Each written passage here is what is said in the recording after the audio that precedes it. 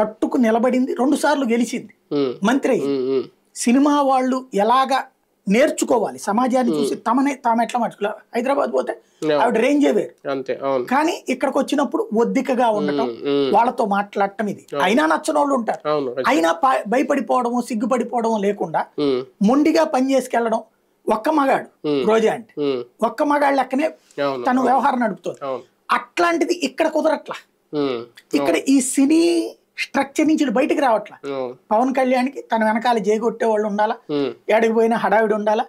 ఇది లేకపోతే తను సర్వైవ్ కాలేడు. ఇంకోటి, అది జనంలో ఆ కేకలేసేవాడు ఓటేయడు అన్నటువంటి విషయం ఇంకా గ్రహించట్ల.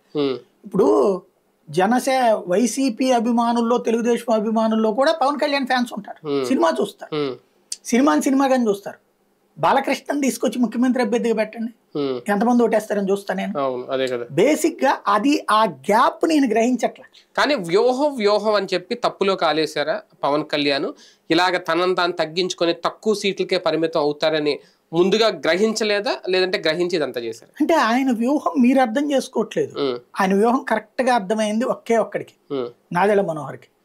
అందుకని ఆలపాటి రాజే వాళ్ళు ఎవరన్నా గొడవ చేశారు చూడండి, నాదెళ్ల మనోహర్కి సీట్ అనౌన్స్ చేశాక అక్కడ ముందు చేశారు. అదే తగలబెట్టారా ఏమైనా చేశారు? తర్వాత లేదు, ముందు కూడా జస్ట్ 2-3 మాట్లాడిచ్చాడు అంతే, మాట్లాడిచ్చాడు. అది కూడా హడావిడి చేయించాడు కావాలి. అయిపోగానే ఆ తర్వాత ఏమన్నా తగలబెట్టుకోవడం ఉందా? మరి పవన్ కళ్యాణ్ దగ్గర ఎందుకు అయింది? చంద్రబాబు వ్యూహం అది. ఈ వ్యూహం పవన్ కళ్యాణ్ వ్యూహం